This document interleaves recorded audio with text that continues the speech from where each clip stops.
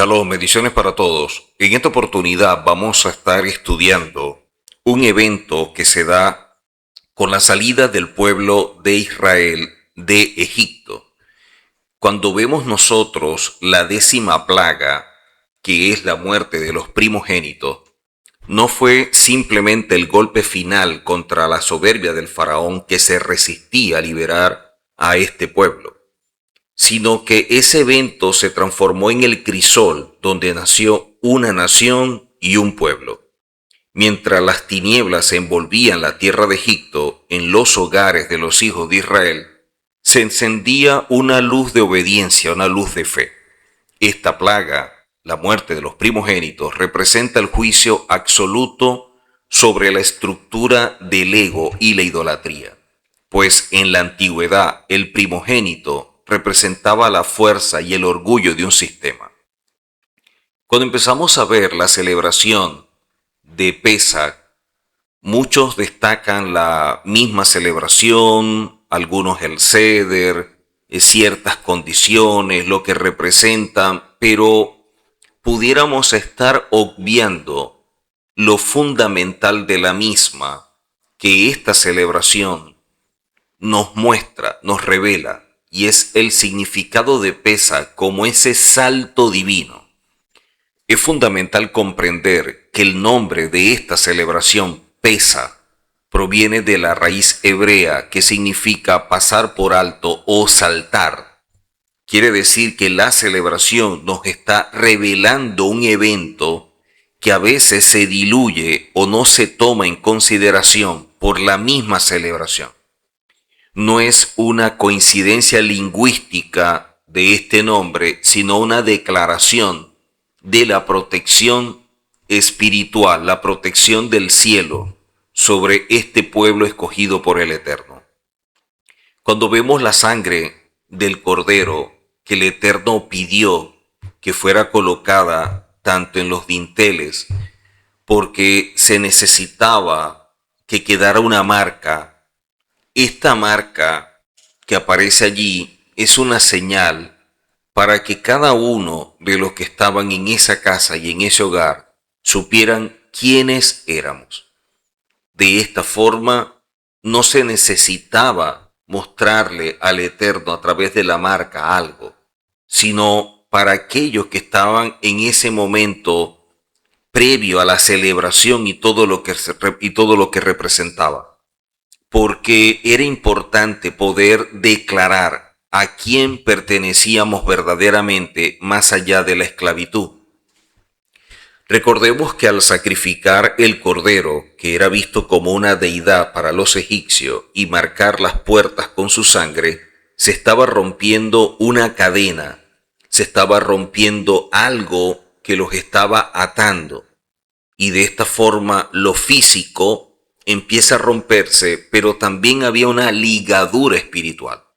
Por eso, en esa medianoche, el Eterno, a través de esta marca, hizo que el destructor pasara por alto o saltara todas las casas marcadas con la sangre.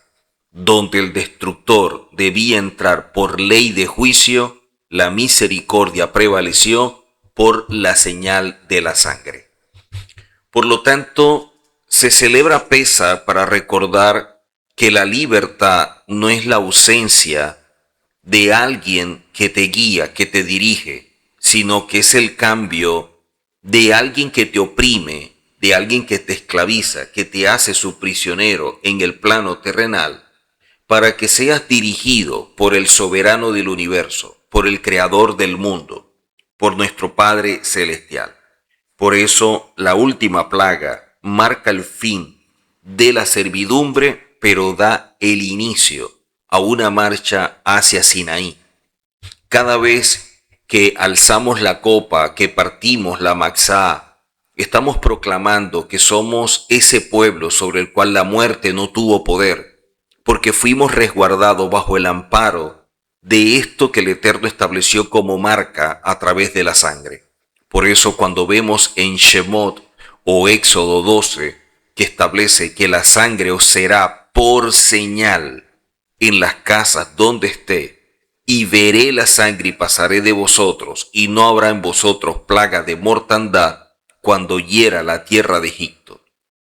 Vemos que la sangre era una señal, y es una señal que no se puede perder. Es una señal de identidad, de obediencia, de compromiso, de firmeza de convicción. Por eso, cuando empezamos a estudiar la última plaga, y de allí es que proviene el nombre de esta celebración, no podemos perder de vista al Mashhid, o el destructor y el derecho legal. Para comprender por qué se necesitaba la sangre, primero debemos estudiar quién es el Mashhid, que viene a ser el destructor. Y es que en la cosmovisión hebrea, este personaje no es un demonio rebelde, no es alguien que actúa sin seguir una línea. Es un emisario de la justicia rigurosa conocida como Geburah.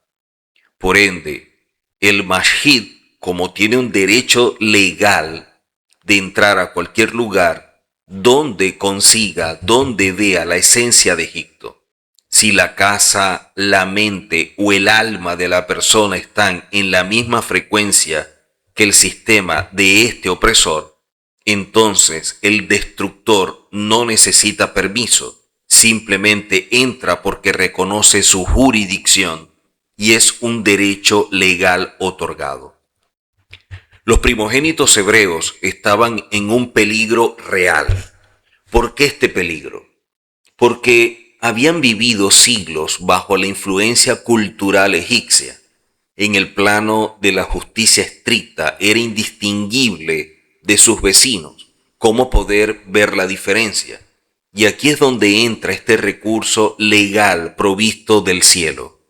Y es que la sangre viene a ser como un documento de identidad espiritual. La sangre en los dinteles no era un amuleto, no era algo que estaba establecido como magia, sino una declaración de jurisdicción, ya que al poner la sangre del cordero en las puertas, los hebreos estaban emitiendo un mensaje poderoso marcado en tres cosas que no podemos obviar. La primera, la renuncia. Ya no pertenecían al sistema de este mundo ni a sus ídolos. Lo segundo, la identidad. Retoman esa alianza, esa relación que venía desde los patriarcas y que poco a poco se fue diluyendo en el momento en que entran a Egipto y empieza ese proceso de caer en lo espiritual, de ir poco a poco perdiendo lo que eran. Y lo tercero, la cobertura, porque la marca en la casa estaba estableciendo que era territorio del rey del universo. Por lo tanto, cuando el Mashhid o el destructor llegaba a esa puerta, percibía el accionar de los que estaban en la casa, los que habían sacrificado y la sangre que habían colocado. Y de esta manera entendía que esa propiedad ya no estaba bajo su jurisdicción, o sea, no tenía derecho legal de entrar a esa casa y actuar al quitarle la vida a los primogénitos. Por lo tanto, el paso por alto o el saltear, y de allí la palabra Pesaj, ocurrió porque el destructor encontró un sello de propiedad que no podía romper. La sangre actuó como una especie de abogado defensor que detuvo el juicio en la puerta. Ahora, siempre se ha enseñado que cuando vamos a celebrar esta convocatoria debemos vernos como parte de la misma. No como unos celebraron, sino como nosotros participamos. Y eso significa que esta celebración marca algo que queda atemporal, porque debemos verlo siempre en el presente. ¿Y qué es lo que representa todo esto para nosotros hoy, en la actualidad? Todos nosotros enfrentamos momentos donde el caos, los conflictos, las crisis, los problemas o el destructor parece acechar nuestra vida, la finanza, la salud, la paz, la familia o incluso el matrimonio. Pero la enseñanza de Pesach nos dice que no basta con ser una buena persona. Se necesita ser alguien con integridad, alguien de principio, alguien de firmeza de convicciones. Se necesita una marca de identidad, no alguien ambivalente, no alguien de doble ánimo, no alguien que se guía por las emociones, sino alguien disciplinado, una persona que hace lo que debe conforme a los principios establecidos en la Torá y no lo que quiere conforme un alma no renovada. Por lo tanto, se necesita eliminar esa levadura del ego, de la soberbia, y entonces aplicar lo que simbólicamente representa esta sangre, que viene a ser la coherencia y la fe en las acciones. O sea, salir de Egipto es decidir bajo qué cobertura se va a vivir. Puede ser bajo la justicia del sistema de este mundo o bajo la del Eterno a través de sus pactos. Por eso, el enfoque que podemos ver en ella, tanto en lo psicológico como de crecimiento, como en lo espiritual, es importante. Miren que esta palabra Egipto en hebreo no se refiere a un país. Es más que un país. Es una prisión mental. Es un espíritu. Y nosotros debemos enseñar y revelar esto porque seguimos siendo a veces esclavos de nuestros propios límites en áreas de nuestra vida. Y hay un código que está en esta celebración y que nos va a dar la llave para la verdadera libertad. Porque el propósito no es simplemente salir de Egipto, es que Egipto salga de nosotros y que su dominio ya no tenga fuerza, ya no pueda ejercerlo, ya no encuentre un elemento de cooperación o un derecho legal para actuar en nuestras vidas. Recordemos lo que dice el profeta Isaías en el capítulo 19, cuando establece, y el espíritu de Egipto se desvanecerá en medio de él, y destruiré su consejo.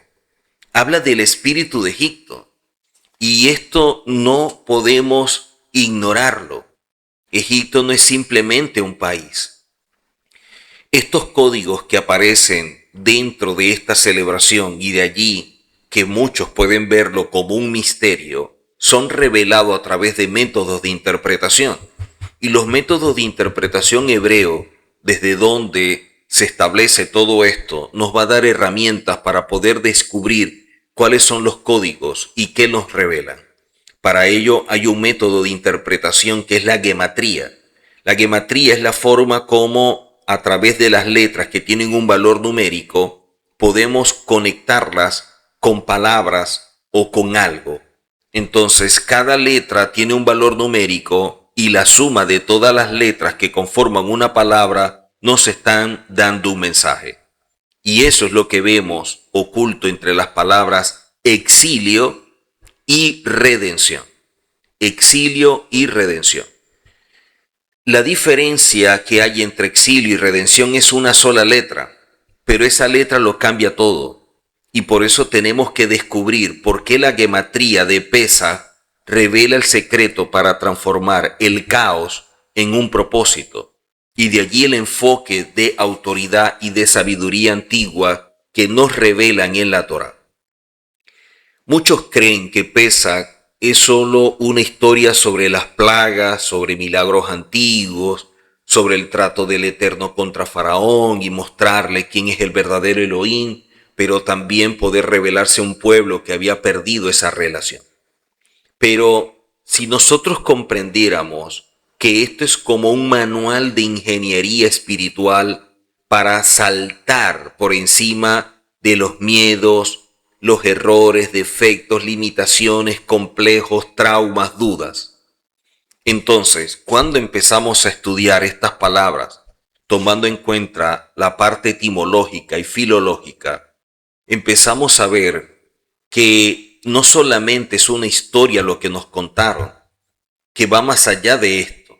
Que pintar las puertas con sangre parece como un ritual extraño, pero hay detrás de todo un acto que esconde una relación con los cielos a través de la obediencia, que no era una señal para el Eterno, porque Él conoce el corazón, era una declaración contra lo que internamente podía estar pasando por la mente de todos aquellos que estaban sacrificando a este ídolo, a este cordero. Por lo tanto, el enfoque de transformación personal está empezando a tratar con la mentalidad de los que en un momento fueron libres e hijos del Eterno y se transformaron de manera progresiva en esclavos. O sea, la esclavitud no se logra, no se alcanza o no llega a la persona de un día para otro. La esclavitud es un proceso de decadencia, donde poco a poco hay algo que va dominando, va controlando y la persona no tiene la capacidad de liberarse. Por eso es que las personas sienten que caminan en círculos en su propio desierto. Así que la salida de Egipto no fue un evento de una sola vez. Es un proceso que debemos vivir constantemente para que Egipto, y es visto como un espíritu, no domine. Por eso cuando vemos la palabra Pesaj, la podemos desglosar, porque Pesaj, como el poder de la boca, puede romper cadenas que las manos no han podido.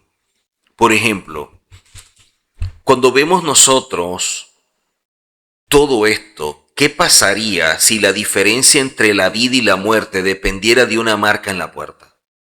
En la última noche de Egipto, esta fuerza imparable, que es el Mashhid, recorrió todas las calles.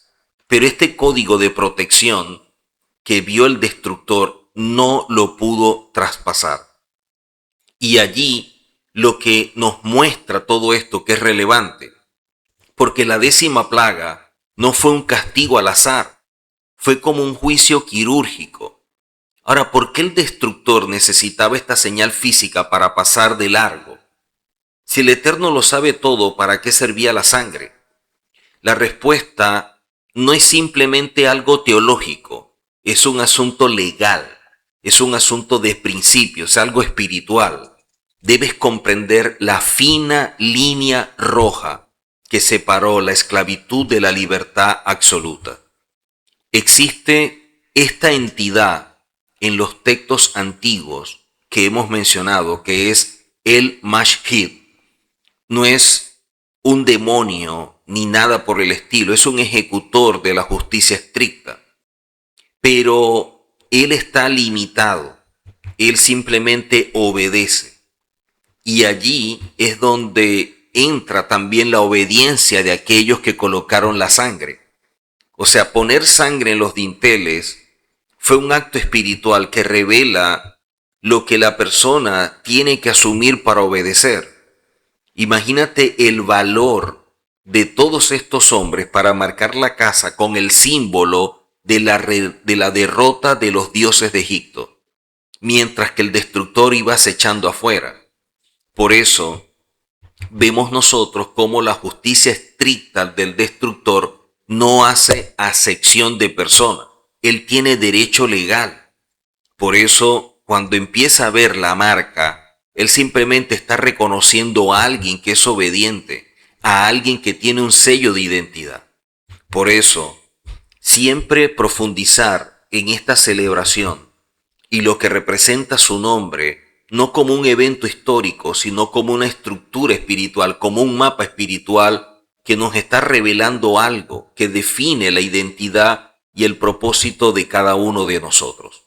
Por eso necesitamos cruzar como el mar de juncos del intelecto para comprender que la salida de Egipto ocurre cada día en el interior de aquel que busca y asume la verdad. Así que la historia de Pesaj no comienza con las plagas, sino con la noción de la restricción.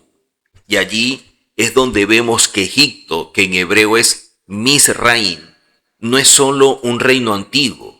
Etimológicamente proviene de la raíz Mexar. Mexar traduce como estrecho, angostura, limitación, lo que coarta.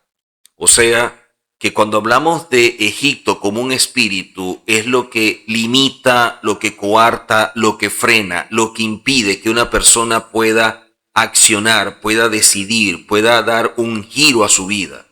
Salir de Egipto es por definición el proceso de romper con todo lo que nos limita. Es poder acceder a una conciencia trascendental. Por eso es que no estamos celebrando una victoria militar de milenios, sino el nacimiento de la verdadera libertad, que en hebreo es Herut. Quiere decir que la celebración de Pesaj, cuando empezamos a estudiarlo, esta raíz que denota pasar por alto representa la forma en que el Eterno omite la casa de todos aquellos que habían obedecido. La palabra Pesaj dentro de la exégesis hebrea la podemos dividir en dos. Pe, que traduce como boca, y Saj, que traduce como habla. O sea, Pesaj es la boca que habla. Recordemos que en Egipto los esclavos no tenían voz. La redención ocurre cuando la boca habla, cuando vemos que se emite un decreto por parte del Eterno de salida, cuando se emite una orden de las plagas, cuando se emite una orden de enviar un destructor, cuando se emite la orden de que el pueblo va a ser guiado en el camino por una columna de nube, por una de fuego. Esa es la boca que habla. Por eso, uno de los preceptos dentro de esta celebración es el acto de poder hablar con libertad, de poder narrar todo el evento, todo lo que sucedió. Porque Pesaj representa el paso de ser un esclavo, de ser alguien oprimido por un sistema, a ser hijo del Eterno, a ser alguien libre, alguien que puede decidir. Por eso quitamos la levadura, el hamek, que representa el ego, lo que infla todas esas cualidades negativas. La levadura es lo que infla la ira, el rencor, el odio, la envidia, el orgullo, el resentimiento, la amargura. Todo esto es lo que impide que podamos ver al otro como alguien creado a imagen y semejanza del Eterno. Mientras que la matzá más bien es visto como un pan de fe, que representa la humildad, que representa la esencia pura de la persona, despojada de pretensiones. Una persona que ha trabajado su alma, que ha quitado todos los velos que impiden poder acercarse y tener una verdadera relación con el Eterno. De esta forma, las 10 plagas no fueron simplemente castigos. Es un proceso educativo, es un proceso de restauración, es un proceso de destrucción. Porque cada plaga atacaba a una deidad egipcia o un elemento de la naturaleza que los egipcios habían divinizado y por eso lo veneraban y le rendían culto. Por ejemplo, vemos el caso de la sangre. En el Nilo, fuente de vida divina, se convirtió en muerte. Vemos las tinieblas, ya que para los egipcios el sol, que era Ra, es derrotado. Entonces es un proceso de desconstrucción de ídolos, de la idolatría, para que el pueblo hebreo fuera libre. Pero primero debían comprender que el sistema natural no es independiente, sino que toda esta realidad, todo este mundo está siendo dirigida desde el cielo por el Creador. Y allí es donde volvemos otra vez a lo dicho previamente, a la gematría, cómo poder utilizar el valor numérico de las letras y ver cuál es el mensaje, qué es lo que el Eterno nos demanda a través de esta enseñanza. Y es que la gematría empieza a revelar lo oculto. Por ejemplo, la palabra Misraín. La palabra Misraín está conformada por 5 letras, la Men, la Sadi, la Resh, la Yod y la Men. Y esta palabra Misraín tiene un valor numérico de 380. Pero 380 es el mismo valor numérico de la frase Yexir Hará, o sea, la inclinación al mal. El Yexer Hará tiene el mismo valor numérico. O sea, una persona que está dentro del sistema de Egipto, una persona que es dominado por el sistema, por el espíritu de Egipto, es una persona controlada por la mala inclinación, por el Yexer Hará. O sea, salir de Egipto espiritualmente equivale a dominar el impulso negativo que puede mantener a alguien prisionero de sus deseos. Pero cuando vemos el caso de la redención, esa palabra geulá tiene 5 letras. La palabra exilio, golá, tiene 4 letras. ¿Qué letra falta? ¿Cuál es la diferencia? La diferencia entre golá, exilio, y geulá, redención, es la letra Aleph. La letra Aleph representa el eterno, representa la unidad y tiene el valor de 1. Miren que exilio tiene un valor de 103, redención tiene un valor de 104. O sea que si al exilio hay una intervención del eterno, una intervención divina, ese 1 entra y afecta el exilio que tiene un valor de 103 para transformarse en 104 y podamos experimentar la redención. Por eso cuando insertamos al 1, que es la conciencia de lo divino, en medio del exilio, esto se transforma automáticamente en redención, en libertad. No es cambiar de lugar simplemente, es cambiar de perspectiva, es ver las cosas con otro enfoque, es como cambiarnos los lentes. Quiere decir que esta celebración nos está mostrando muchas cosas que a veces no se toman en cuenta.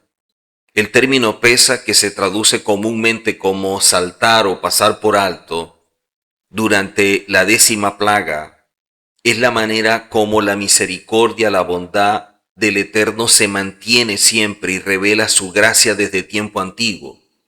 Los sabios explican que no fue un salto por falta de conocimiento, como si el Eterno no supiera quién viviera allí. Era un salto de misericordia, pero también una invitación a un compromiso, a que las personas obedecieran. Todos los días el Eterno nos está demandando compromiso.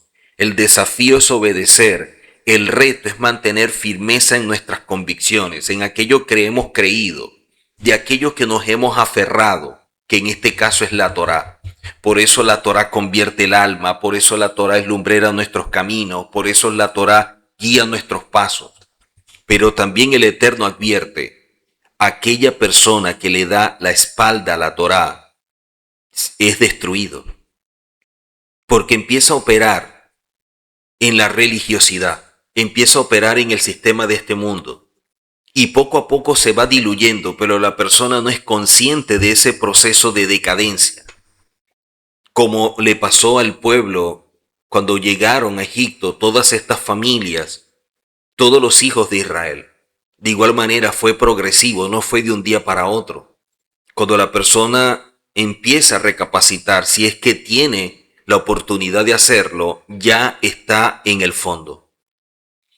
Entonces, este proceso que empezamos a ver y lo que representa la Torá, de allí la advertencia del Eterno, los llamados de atención, que siempre estemos despiertos, que seamos vigilantes de aquello que nos reveló a través de la Torá. Porque cuando damos la espalda a la Torá, en la misma Tanakh nos enseñan que aquel que le da la espalda a la Torá, hasta la oración que hace, es una abominación. Por eso, ese llamado a ser vigilante y a estar prestos a caminar conforme a aquello que el Eterno viene enseñando. Por eso, en la justicia estricta, muchos hebreos se habían asimilado a las costumbres egipcias y quizás no merecían experimentar esa redención más que los egipcios. Pero el Eterno en su bondad decidió saltar por encima del juicio riguroso a estas personas para dar paso a la redención por amor a la promesa hecha a los patriarcas.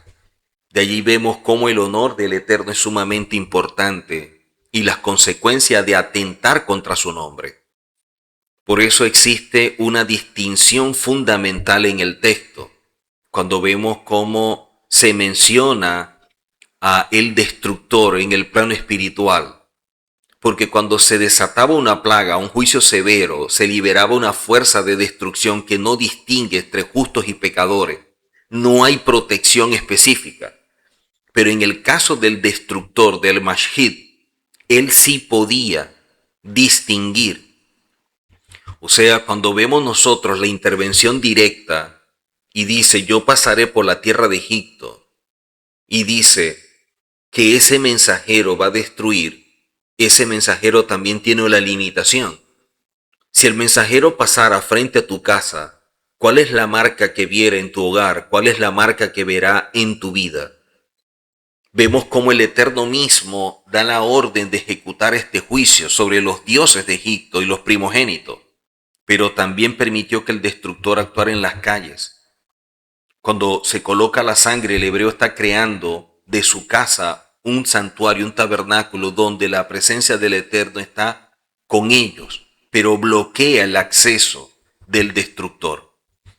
Quiere decir que el destructor sigue aquello que se le ha establecido como orden. Ahora, vemos que la sangre no era algo para el Eterno, era algo para nosotros. Era algo que nos marcaba. Muchos piensan que la sangre en los dinteles estaba del lado afuera, pero no, era del lado adentro. Entonces, si el destructor pasaba, como muchos lo ven, como que por fuera, y la sangre está del lado adentro, ¿por qué no los destruía? Porque el destructor lo que estaba viendo era la esencia de las personas que estaban adentro. Ellos, al ver la marca, estaban viendo un acto de obediencia, y eso es lo que percibía el destructor. O sea, la marca y la sangre solamente era un símbolo. Lo que él percibía es lo que había dentro de estas personas como acto de obediencia, cuando se rebelan a un sistema, cuando se oponen a todo lo que ellos habían vivido como esclavos, cuando ellos se resisten a la idolatría que había en Egipto al sacrificar a sus propios ídolos.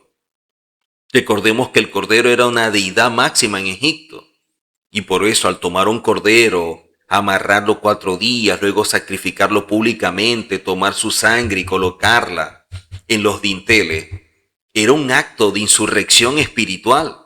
Estaban demostrando que no tenían a ese Dios ni a nada que había en Egipto. Era una identidad que estaban mostrando de forma pública, pero que la marca estaba en lo interno. Por eso, cuando vemos esta sangre como sello, como marca de vida, y lo evaluamos de manera filológica, la sangre en el dintel, que es vista como mashkov, y en los 2 postes laterales, visto como donde se coloca esa mezuzá, forma parte de lo que podemos ver como la letra G. La letra G, esa letra hebrea que parece como una puerta, pero esa letra es la inicial de la palabra Haim, vida. O sea, todas las personas que habían marcado sus casas con la sangre, tomando en cuenta esto, lo que estaban era abriendo la puerta de su vida para que la marca quedara en lo profundo de su ser. La sangre servía como una marca de identidad, como un escudo frente al ataque del destructor que no podía entrar en la casa donde estaba todo esto. Por ello, la sangre funcionaba como limpieza del pasado de idolatría del pueblo, distinción porque separaba el dominio de lo sagrado de lo profano, y testimonio porque era la prueba de que los hebreos estaban dispuestos a sacrificar lo que antes habían seguido. Por lo tanto, el paso por alto fue el momento en que el Eterno protegió a su pueblo de la fuerza destructora que él mismo había desatado sobre el sistema opresor de Egipto. La sangre fue la firma del contrato de libertad que el pueblo allí colocó, estampó, marcó con sus propias manos. Por lo tanto, Pesach nos enseña que la libertad no es el derecho a hacer lo que uno quiera, sino la capacidad de hacer lo correcto conforme a principios. Cada año al sentarnos a la mesa, no estamos recordando un viaje, estamos reviviendo una salida con un propósito. Cuando un hombre termina el Seder y sigue siendo esclavo de sus miedos, de sus limitaciones, de sus preocupaciones, de sus dudas, entonces está mostrando su propia rigidez mental, su propia fragilidad. Por lo tanto, no celebró Pesaj, solo estuvo en medio de una convocatoria, pero no vivió, no experimentó lo que representa la celebración porque no comprendió el hecho de pasar por alto y lo que esto encierra. Por lo tanto, la verdadera Yetziat Mizraim es el paso del yo al nosotros. Que esta revelación del cielo a través de esta convocatoria nos permita romper con las cadenas que oprimen a cada hombre y a cada mujer.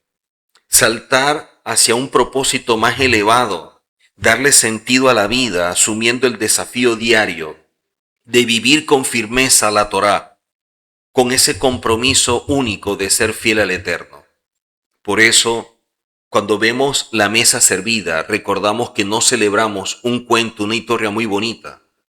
Celebramos que el momento de mayor oscuridad hubo un pueblo que tuvo el valor de marcar sus vidas con una señal de obediencia para que el destructor se convirtiera en un espectador de personas que tomaron la decisión de obedecer para ser libre. Que nuestra boca sea hoy ese Pesaj, esa boca que habla de Torá, de verdad, de principios y de todo aquello establecido por el Eterno. De esta manera, agradecemos a nuestro Padre Celestial por el honor y el privilegio de recibir su Torá, de hacernos parte de su pueblo, de su familia y de caminar en obediencia plena a todos sus principios. Que todos tengan un Pesaj de gozo, un Pesaj de libertad. Hag Pesaj Sameach para todos.